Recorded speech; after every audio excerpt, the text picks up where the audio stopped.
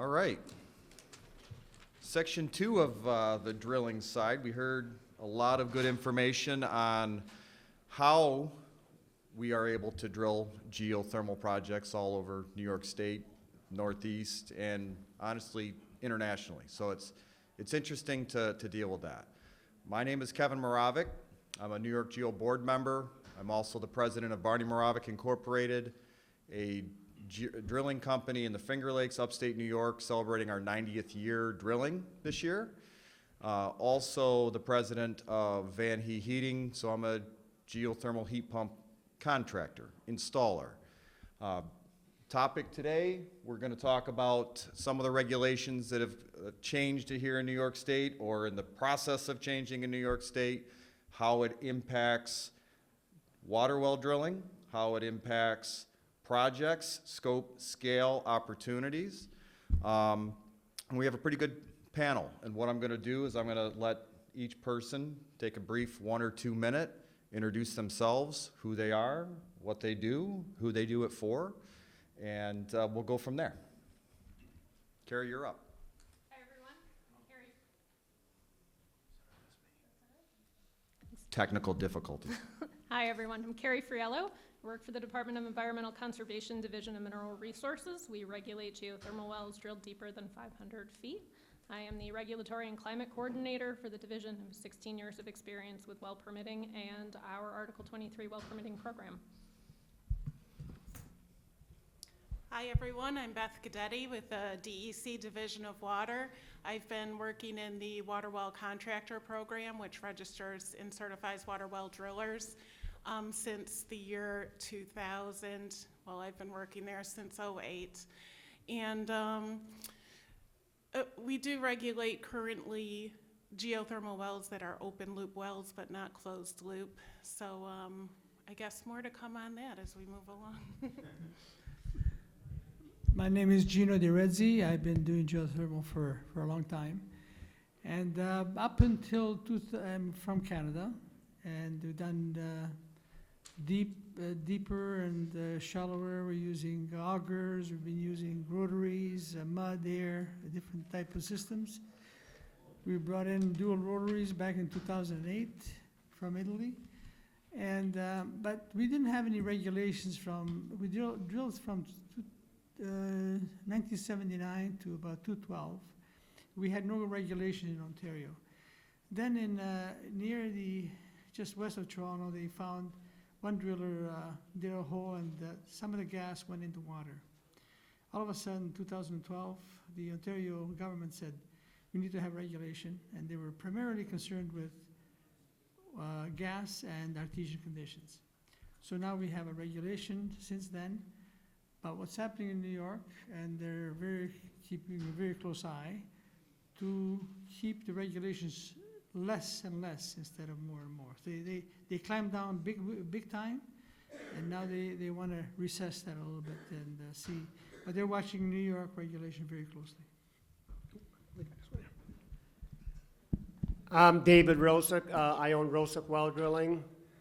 I've been drilling water well since I was 12, believe it or not. My father used to drop me off and leave me there all day long because we didn't have cell phones. I am 70 years old now, so I've been doing it for a long time. I'm still on the rig every day. I'm the president of Empire State Water Well. We, as water well drillers, want to protect our resource, but we want geothermal also. So we want regulation. But like Gino just said, we don't want to get squeezed either. So we got to find that balance, and I'm hoping we're going to do that. That just blew my mind that you've been drilling for like 58 years. That is really amazing. My name is Dave Hermanton. I'm an engineer. I've been working in, I guess, the environmental and world of water wells for about 20 years. I've been working in geothermal systems just about as long. Have a lot of experience working with the DEC Region 1 and Region 2 for environmental work and hydrogeologic related projects. Perfect. So obviously a lot of different perspectives and knowledge and experience that sits at this table as we kind of dive into this 500-foot rule. Just a little back history on it. It's almost a year ago that the legislation was passed that we're now allowed to drill deeper than 500 feet, right, Carrie? You were always allowed to drill deeper than 500 feet, it just required a permit. So with the changes in that, or that when that legislation got passed in April, you know, obviously we talked about it a little bit at last year's conference. The actual bill got signed into law in September with some provisions. And the DEC and our group at NY-GEO and some of the folks that even sit here right now, we've spent a lot of time trying to figure out what's the right way to move forward. From the water well driller's perspective, we want to make sure that we're protecting that resource. That groundwater resource is number one. In January, they passed the chapter amendments, which directed DEC to begin the process to formulate some new rules and regulations for our industry. And they've asked them to do it at a breakneck speed. The end of this year, we are supposed to have regulations as they relate to drilling deeper than 500 feet. So I just wanted to ask a couple questions as we go through. I know something like this, usually audience always has a lot of different questions they want to throw out, but I'm going to start with Dave at the end. Talk a little bit about your experience dealing with other states and going deeper than 500 feet, because you have done that, correct? Yeah, I have, sure. Yeah, I work at Brightcore Energy. We are a developer and installer of large commercial geothermal systems throughout, I guess, New England and upper mid-Atlantic states. So we have experience, I guess, working with folks over at the Mass DEP and in the state of Connecticut and New Jersey, and there are little variations,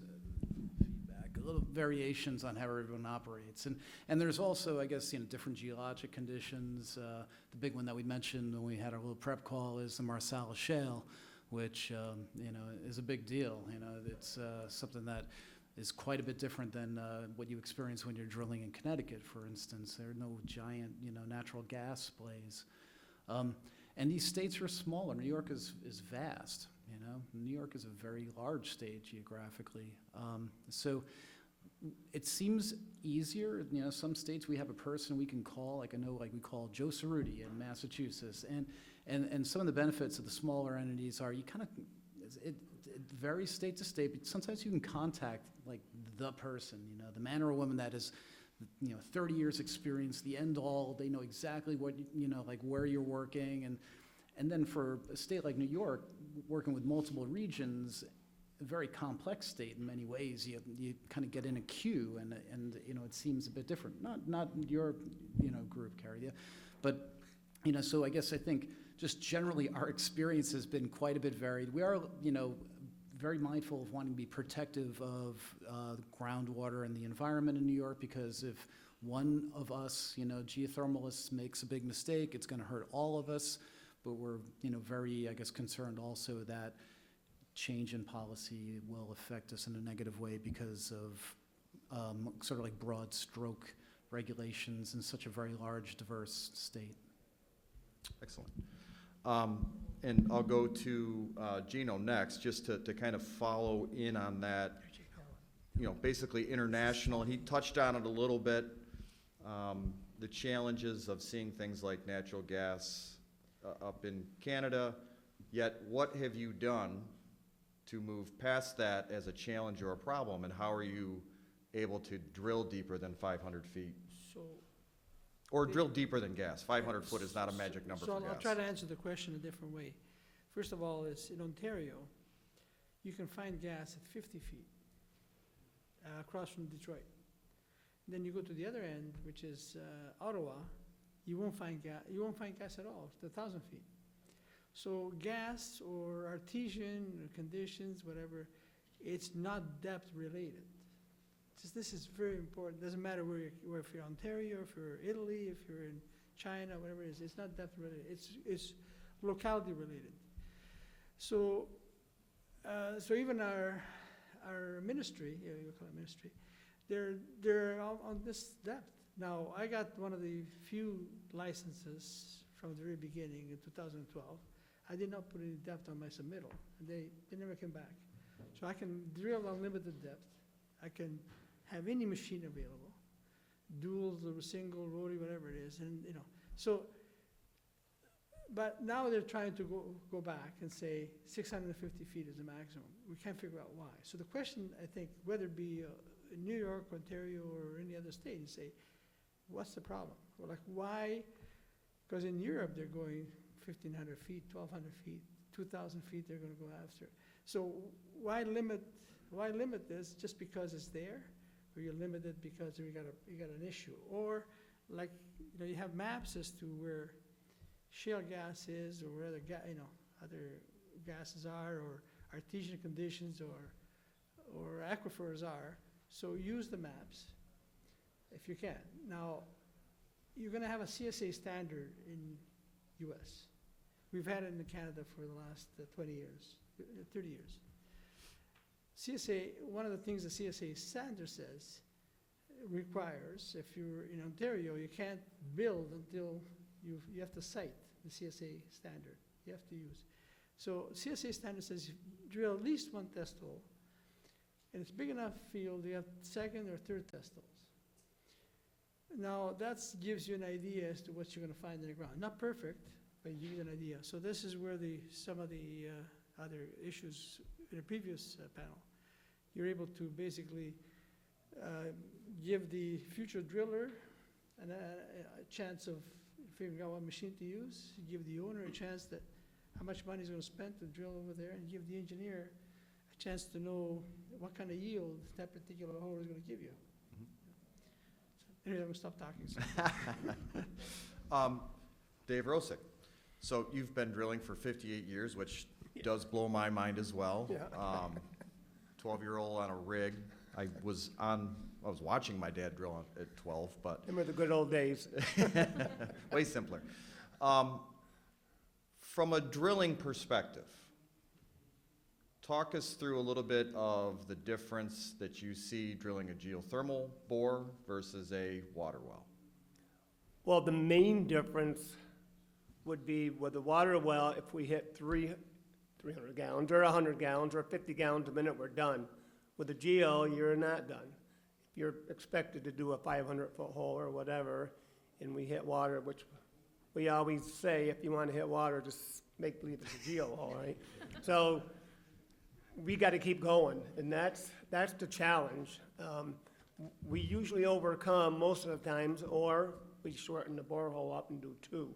But that's the main challenge of the two, that I believe. Perfect.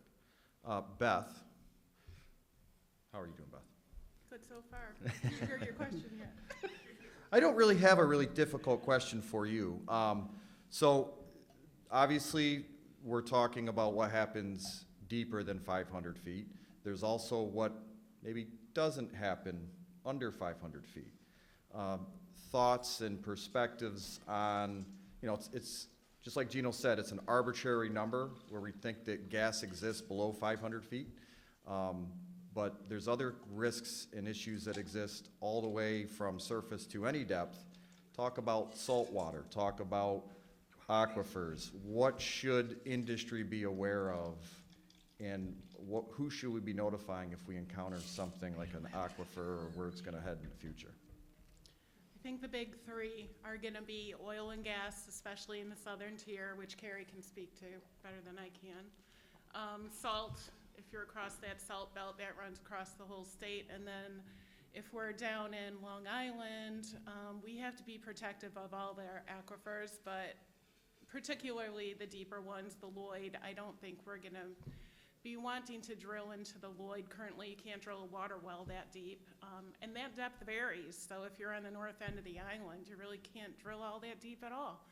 So, yeah, it's gonna vary based on where you're located and what conditions you encounter, and of course, sometimes you're gonna find some surprises as well. So if you do get one of those unfortunate incidents going on while you're drilling, you would probably wanna contact DEC Spills to start out, get everything under control as best you can, and then they would take it from there if they needed to contact Division of Water or Mineral Resources, depending on whatever's going on.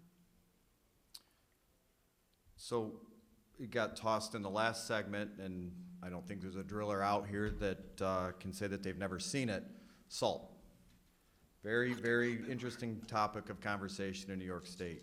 Carrie, what do we need to know about salt when we encounter in a well, geobore, either one? Well, if you're encountering salt in any type of well, it's obviously going to impact the fluids flowing out of your well and the way they may need to be contained and disposed of at the surface. So something to keep in mind is that if you're doing your due diligence and you know where the salt formations may impact what you need to do at the surface to capture your cuttings and your fluids. Perfect. So as we head over the next couple months, there's obviously going to be a lot of back and forth between industry and DEC as we head towards this regulation path.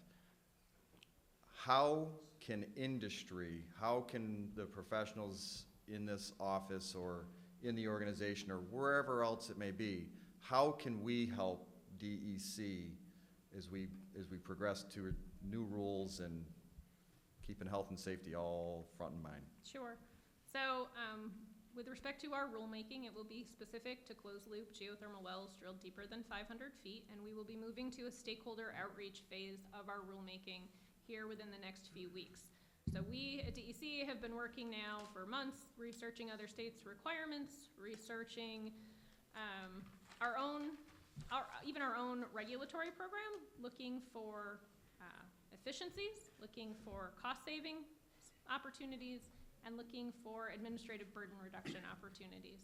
So that is kind of what we're building into our rulemaking while remaining protective of the environment, most importantly groundwater, and protective of public health and safety. So that is the focus of our rulemaking at this time. And when we move into stakeholder outreach, we will be looking for feedback from the regulated community, from the public, from non-governmental organizations, from all interested stakeholders in how we should proceed with this rulemaking, what our rules should look like in order to be protective and to not be burdensome. We recognize that the Article 23 program that has historically been applied to these well types has been overly burdensome, and we are looking to reduce that through the rulemaking process, and we're looking for your ideas on how to do that. So there will be an opportunity through public meetings and comment periods for you to provide your input. We will be soliciting input on specific topics, as well as just in general. If we don't ask about a specific topic and you have feedback on it, we'd love to hear it. So there will be information coming up from DEC on how to participate in that stakeholder outreach. It should be released in the next few weeks. And once we move through stakeholder outreach, we will issue a set of draft regulations for a formal public comment period, which will include public meetings and 60 days of written comments that can come into DEC. These will be assessed by DEC staff. Rulemaking will be updated if necessary, and we'll compile an assessment of public comments to release with the final rulemaking package, which, as Kevin indicated, is on a fast track with the goal of promulgating these regs by the end of this year. So really, please look for outreach opportunities. DEC's website will be updated with additional information, and our environmental notice bulletin will contain information when draft rulemaking packages become available. So you just released a draft bulletin about 10 days ago, 12 Sounds days about ago. Would you care to educate on that a little bit? Sure. So we recently released a draft program policy. It is a proposed program policy related to financial security for what we are calling closed-loop stratigraphic test wells. The policy defines a closed-loop stratigraphic test well essentially as a stratigraphic well that's drilled deeper than 500 feet. It is still subject to Article 23 of the Environmental Conservation Law. It would be constructed with a closed-loop pipe that is fully grouted in place. It's starting to sound a lot like a closed-loop geothermal well, I realize. but it is being drilled specifically for the purpose of gathering downhole information, including thermal conductivity, but is not part of a larger common plan of development. So that is kind of the key criteria for whether or not this policy and our Article 23 regulatory program come into play right now or not. So if it is part of a common plan of development, where you know you're going to install a number of geothermal bore fields for a project, and you're just looking to determine technical specifications, then that is not going to be subject to the policy. It is not something that DEC will regulate until we promulgate the regulations that we were just speaking about. If, however, you are really doing a single test bore and you do not know if it will be connected into a geothermal system in the future, that is considered a stratigraphic well. DEC has the authority to classify wells as geothermal or stratigraphic, and we would consider that stratigraphic, in which case it is still subject to a permit under Article 23, and it historically, as a stratigraphic well, would have been subject to our financial security requirements. The financial security is set in statute, and what we are looking to do through this policy is relieve the requirement to provide financial security for these closed-loop wells.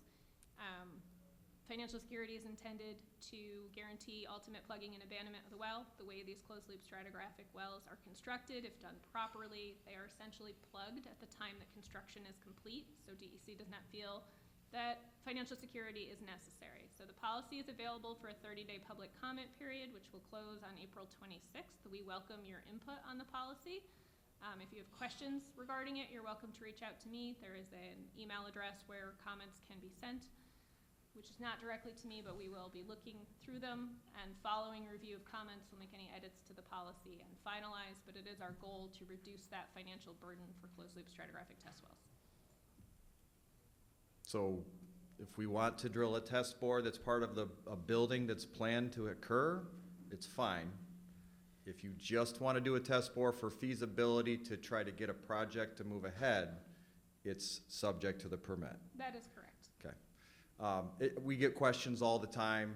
I can't tell you the number of times I've had somebody call and ask and say, well, now we can drill deeper. I want to do a 700-foot test bore in Syracuse. No on so many levels, but just to see the feasibility side of things. It's good to have that information clarified out there. I don't have an awful lot of other questions to throw with the group. Gino, you have one? Not a question, but I want to share something with you, and maybe Carrie, maybe you can think about.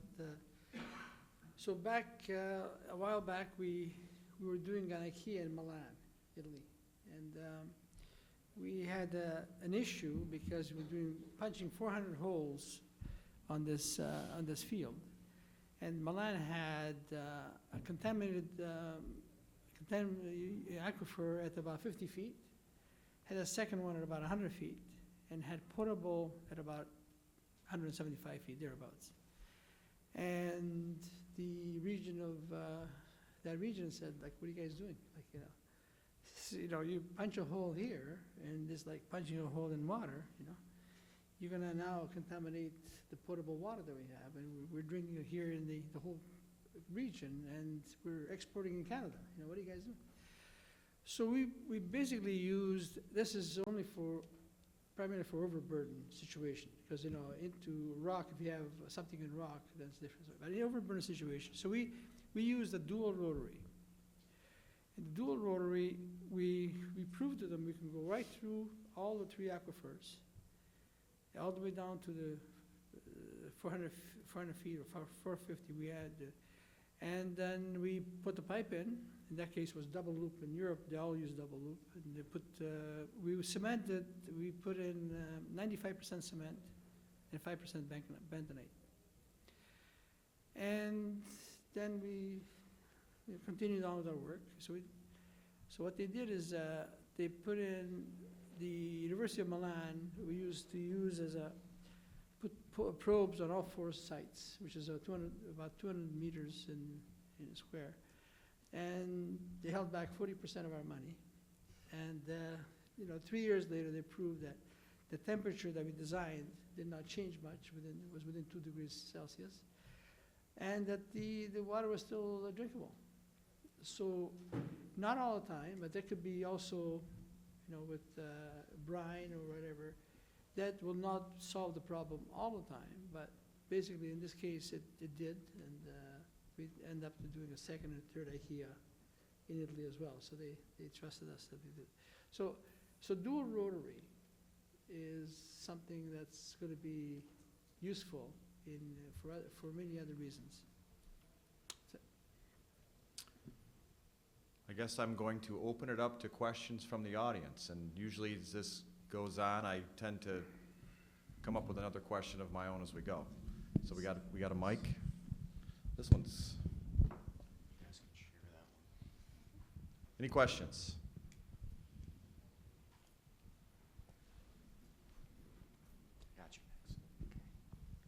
Hi, Sandy Dijon, Binghamton University. This should be a very simple question. So the permit will be issued to the owner or the driller? Maybe we just take that right out of there.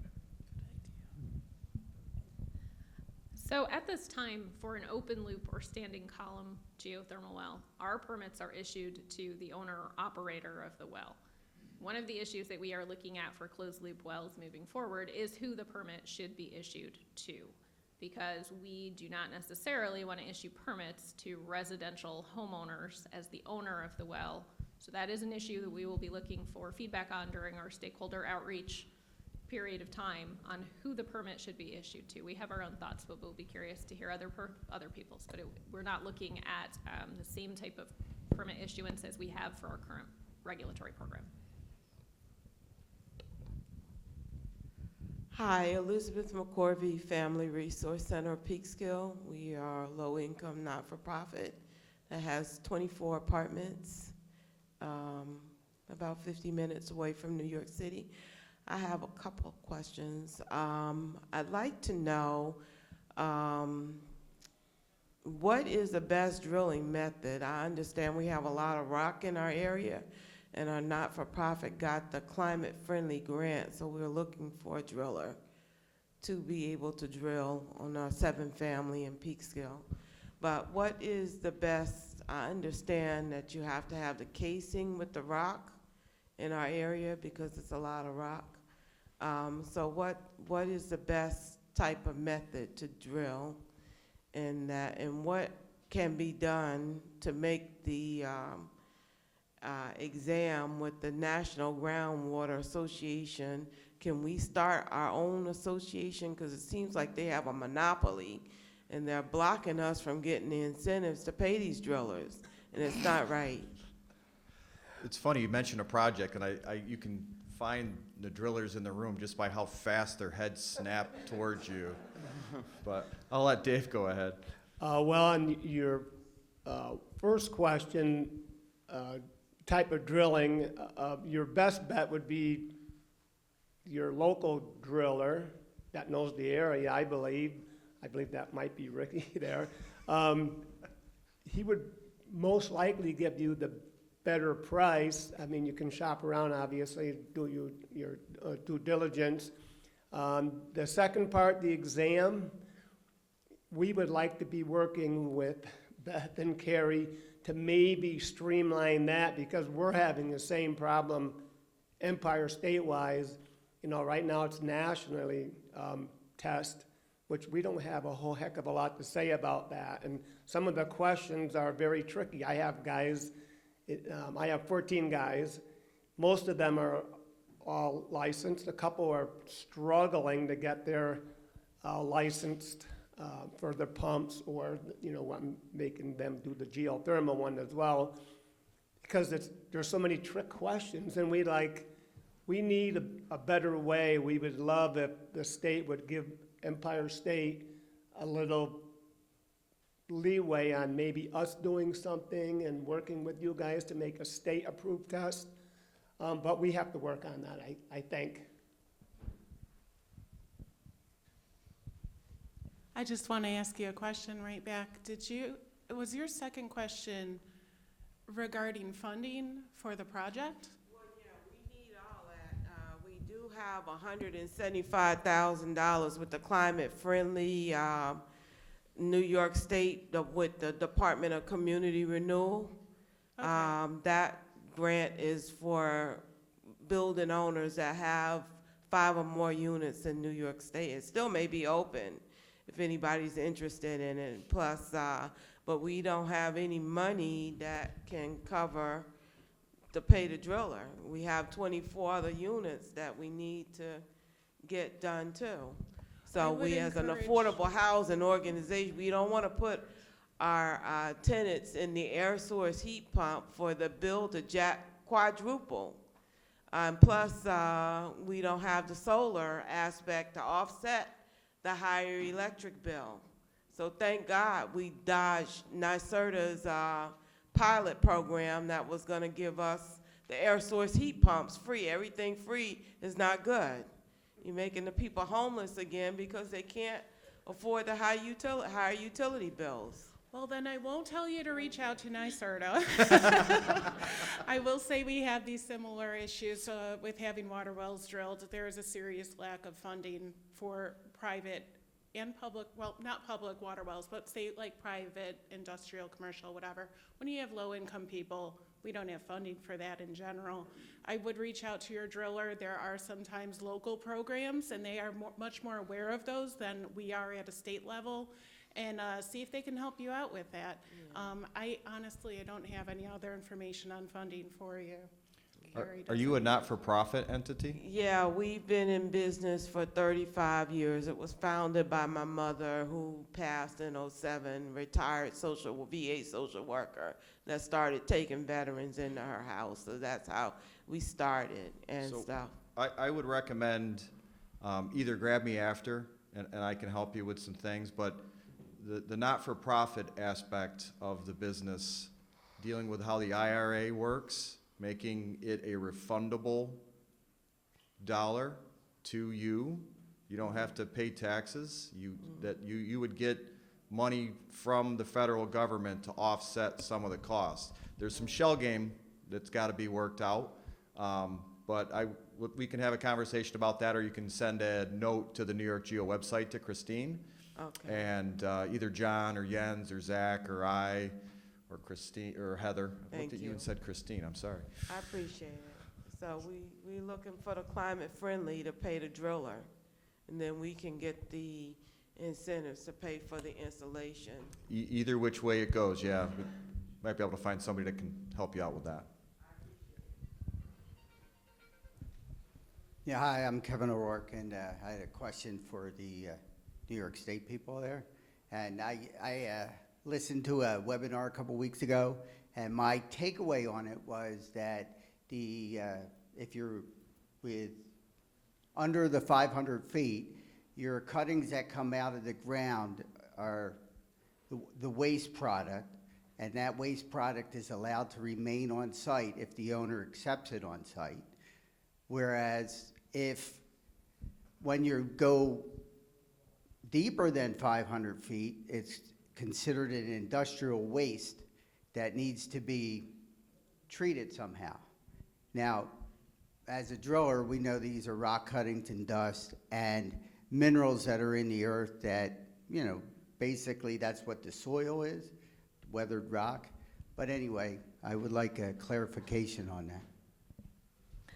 I will take a shot at answering your question. I am not from the Division of Materials Management who regulates the waste side of the cutting side of things, but from my understanding, if you are drilling on air or fresh water and you are under 500 feet, you are correct in the sense that you can leave your cuttings on site as long as it is below the volume threshold in the Part 360 regulations. With respect to drilling over 500 feet, it does change the definition of your waste. It becomes an industrial waste. It is drilling and production waste as defined by Part 360 regulations. And it will depend on, again, what is your drilling fluid? What are you encountering in the subsurface? That will dictate whether your fluids and cuttings can be left on site or may need to be captured, contained, and hauled off site for appropriate disposal. If you have specific questions on that topic, though, I would encourage you to reach out to Kathleen Prather at DEC, and I can follow up with you with contact information because she is our resident expert on the cuttings issue. I just had one more clarification. Does the industrial waste part of it start below the 500 feet? So the first 500 feet is not industrial waste? So the way the definition of drilling and production waste is written into DEC's regulations is that if the well is planned to go beyond 500 feet, so as long as your planned total depth is deeper than 500, then the entire column of cuttings is subject to drilling and production waste handling requirements. So don't ever plan to.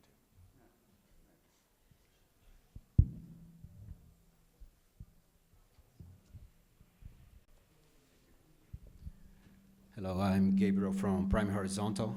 I'm wondering about drilling accuracy in terms of the ability to track or even steer the drill. Sorry about that. Can you repeat the question, please? Drilling accuracy, the ability to track where those bores are going, or even to steer them to guarantee optimal separation and those kind of things. I don't know if, Dave, you want to do that? I mean, that, Yeah, I the don't- the I group think- that was here I think last, today they handle that. yeah. I've had some experience with that. It's very difficult, right? I guess, the gas and oil industry steers bits, all the time. It kind of, I guess, I'm not an expert at fracking. I guess, Carrie knows more about this, but the investments made by, I guess, gas and oil companies to be able to accurately steer bits made sense for them. For geothermal, Brightcore has done a number of things. We do drill at inclined angles. We log our boreholes after we drill them. There is deviation that occurs that could be related to a number of things from the geology. For instance, if the strike and dip of the bedrock is a certain way, there could be impacts on the ability to drill accurately. And there's actually things that are related to just drilling and gravity. One of my colleagues has a lot of experience with this, where she has been on projects where they've drilled and monitored deviation of boreholes, and the boreholes kind of extend downward, and they deviate in a pendulum type of effect if you're not very careful. There are things that drillers do with stabilizers that can help keep the boreholes straighter. There are different toolings that are being brought over from oil gas to allow us to drill at angles and be more accurate. So there's a lot of evolution of this. This is definitely something that I guess we'll look forward to weighing in on when it comes to drilling on urban dense sites in dense urban areas where we have to stay on property lines, and what the requirements that the state will have for us to log our boreholes and document what will satisfy everybody. So originally, 30, 40 years ago, the boreholes were 10 feet apart. That was the recommendation by the manufacturers. Because the boreholes used to be 200 feet, maybe 300 feet deep. Now the boreholes are 15 feet apart because they're deeper, and 20 feet apart if they're in the 900 feet in where we are. So part of the reason for that is to keep them apart so that they don't interfere with each other, but also that we've had borehole pipe come back up, right? So from the second hole, right? They basically chewed up on the next hole. So the need is, the cliche, the need is the mother of invention, has always been that way. So as the industry increases, the population here, 400 or 500 people today and 700 people at the time, you're gonna see technology in the oil industry adapted to the geothermal industry. They do have accurate technology, steering technology. It does cost a few $100,000. As time goes on, this will probably come down in price so that a normal driller can afford it.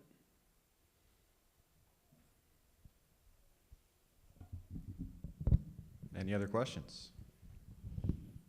We're making you run, Chris.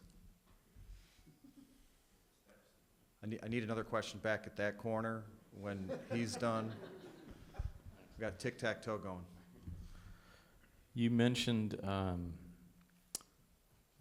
the methods that would need to be in place for, you called it the industrial tailings and runoff and everything from the drilling.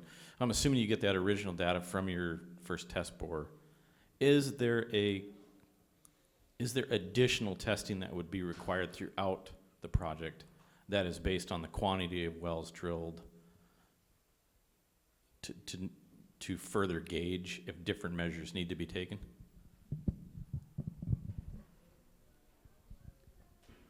I will follow up by saying this, again, is not my division or my program, so this is not my area of expertise, but I can put you in contact with somebody who can more specifically answer that question.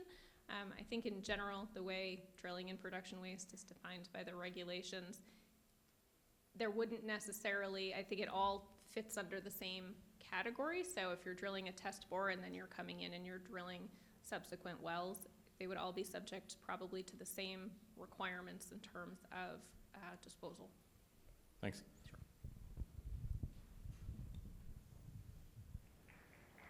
She did it. It's just amazed to get back and forth. That's what happens when you cram 500 people and then cut these things in half. So this isn't actually a question, but I was looking back at the notes from that DEC webinar on solid waste disposal and the question about if the planned borehole is less than 500 feet or more than 500 feet. So what I have that I wrote down during the webinar, and we'll see if it's accurate, if it's less than 500 feet, then whatever comes out of the borehole is considered construction and demolition debris, can be left on site with the permission of the property owner. If it's more than 500 feet planned depth, then what comes out of the borehole is considered drilling and production waste, but can still be received as C&D, construction and demolition debris, to a landfill if no petroleum is present in the material, and if the drilling was done only with air or water as the drilling fluid. That sounds correct to me, Heather. It was a question that I wanted to ask the previous panel before we ran out of time, because I know it's something that we've talked about quite a bit as we've gone through this process, drilling fluid type. And what I've heard, and can correct me if I'm wrong, anytime you're drilling with potable water and you're not introducing any type of pollutant into your drilling string, you're giving yourself a lot more options to be able to deal with the waste, deal with the water that is produced, than when you start introducing certain mud combinations, any type of, we don't do any fracking. Somebody said it earlier, if you want to drill a water well, make it a geo hole. And it goes from 1 gallon a minute to 100. So those will be some things that obviously we're going to be collecting from NY-GEO, and the DEC is going to be looking to hear that, but the means and methods of how you're drilling deeper than 500 feet and maybe even under 500 feet as we progress. Was it 2019 there was something that was introduced that never really went to fruition, to have geothermal under 500 foot regulated, because there is a lack of information statewide on geobores under 500 feet. And it's from the DEC's perspective, it's from industry's perspective. We talked about it a little bit, but. We did, and I can expand on that a little bit. So in 2019, we had a bill that made it partway through, and it was primarily aimed at addressing some issues with our water well drilling law. It did contain some information on geothermal as well, so you can look that up if you're interested in reading the details of it. But yeah, I think there's definitely going to be some action at some point from somewhere on regulating those shallower geothermal wells. And I can honestly say, this is not a law of regulation, but it's certainly a good practice to drill a geothermal well as you would a water well. And I think that might be the case with a lot of well drillers. That's the way they've always done things, and it's a very protective way to do things. So it's, I think, in my opinion, it's a good way to go, but not required, of course. Yep. Got a short one that time. This is Indu from U Albany, and I had a question. If you're drilling test wells to figure out what's the optimum depth for district geothermal systems, would that fall under the Article 23? So if they are part of a larger planned system, then it could be considered a geothermal, a closed loop geothermal test bore, and right now it would not fall under the Article 23 regulatory program. If it is truly one well that is not connected to a larger system, then it would be subject to Article 23 as a stratigraphic well. I have a question. Is there a reason why, did they find some bad stuff beyond 500 feet, or is it just a number? I'll take that. So, in many areas in New York, when you drill beyond 500 feet, you are more likely to encounter gas, brine, or oil in the subsurface. So that 500-foot threshold, it certainly doesn't apply to everywhere geographically, but it was a general threshold created by the legislature back in the 1980s that has held through the test of time based on that increased risk in many areas in New York State. That's the magical reason. I thought they just pulled it out of a hat. Carrie, can I just ask a follow-up to your answer on the previous question? Sure. Do you guys have clarity around what you mean by a test well being part of a larger project? Like, any test well is part of presumably testing to put together a plan for a geothermal project, so is part of a larger project. But do you mean actually like physically that borehole will be used as one of the bores in a project, or just that test bore is being done to plan a project? We mean it will physically be connected in to a geothermal system in the future.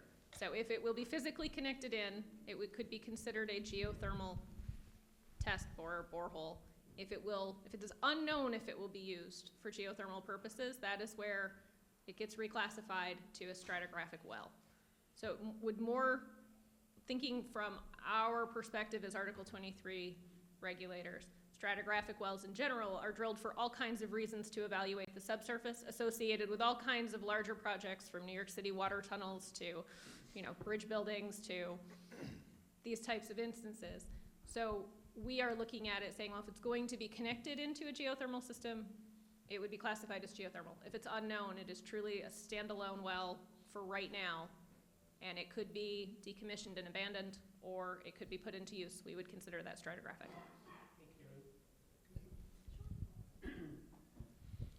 And I'm gonna just ask a little bit more based on your question.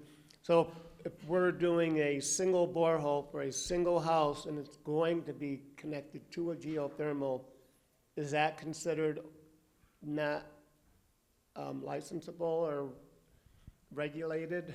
I mean, and I know site specific too, like Jeremy would say, in Saratoga and some spots where Kevin lives, we wouldn't want to go very deep. So if you are drilling a single closed loop geothermal test bore, DEC does not currently have the authority to regulate those or issue a permit for them until we promulgate the regulations that we're currently working on. If you were to be drilling an open loop or standing column geothermal well deeper than 500 feet, that would be subject to an Article 23 permit from DEC at this time. AJ? Speaking on wells less than 500 feet, could you comment or explain to the folks in the room on best practices or accepted rules on grouting that well or not grouting it, or pea graveling some and grouting it and plugging it, or explain your thoughts, theory, or rules on wells under 500 feet deep? Well, I guess the answer is I have my own thoughts, but DEC does not at this time. So, I would always recommend to any driller that they follow best practices for protecting the groundwater aquifers. We have an awful lot of people who are on private wells throughout the state, not to mention all the public water supplies.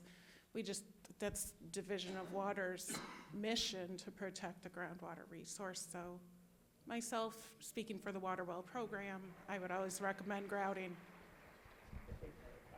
That's it's definitely one of the things that we've talked heavily about is, you know, we've gone everything from attestation that the borehole is grouted correctly. It goes back to the previous conversation, how accurately is that actual well logged? How many aquifers are we seeing?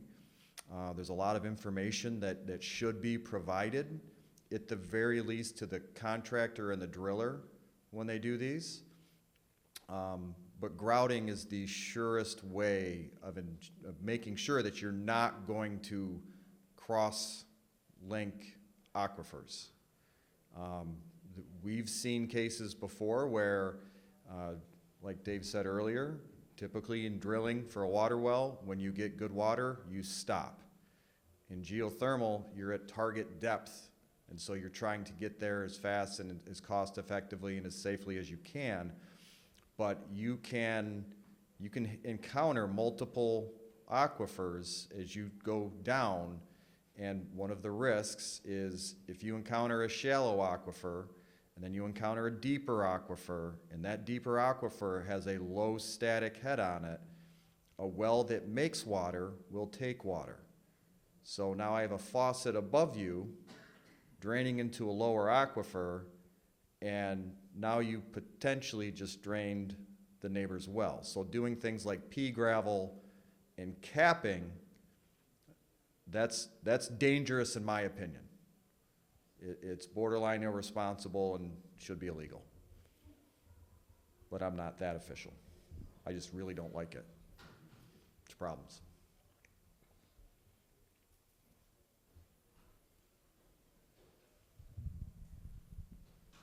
Got time for maybe one more, Chris? Yeah. Let everybody get out here and get some coffee. John Williams, USGS. New York is so hydrologically, geologically diverse. Is that being recognized? I mean, you're looking at this 500 foot, I assume it came out of the oil and gas, which would be applied to the sedimentary sequence, which is drastically different than the Adirondacks, than the Hudson Highlands, and the crystallines. So is there thought being given to that diversity in the state? Are you asking about a regionalized approach in the future to this 500 foot thing, possibly, John? I can't suggest, I can just point it out.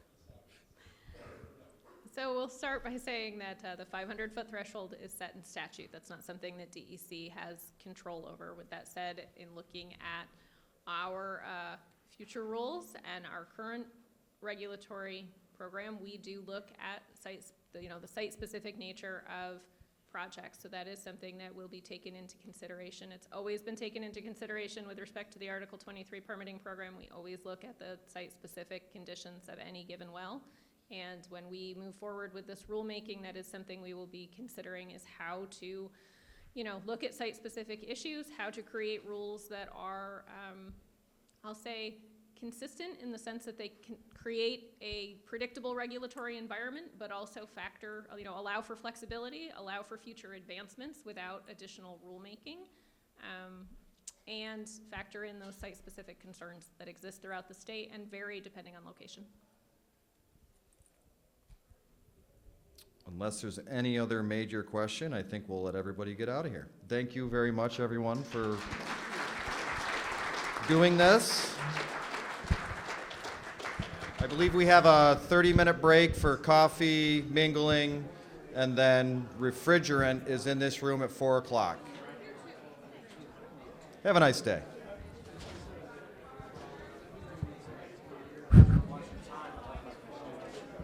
Oh, did you? I try to keep an eye on it as best as I can. Hey, how's it going? Good, how are you? I know, I never face to face. I don't want Overburden questions. Once you get the rock, Focus in certain. your loading won't help us. Mind you, once you get the rock will. How are you? Oh, absolutely.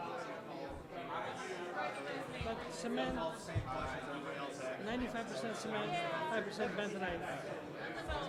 Drilled. Which is also agreed by the New Jersey environment. When you plug a hole, that's what they want to do.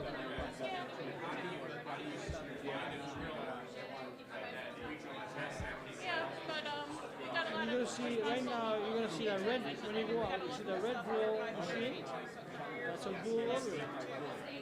So, that will solve that problem. So it doesn't matter what brand it is. So dual loader means it's got two motors, one motor for the casing, and one motor for inside. That's it. Also double head, they call it also double head. But that's, most manufacturers have them. What's the question? The law gives us the authority to, within reason, put anything we want on them. Usually what the ad's done,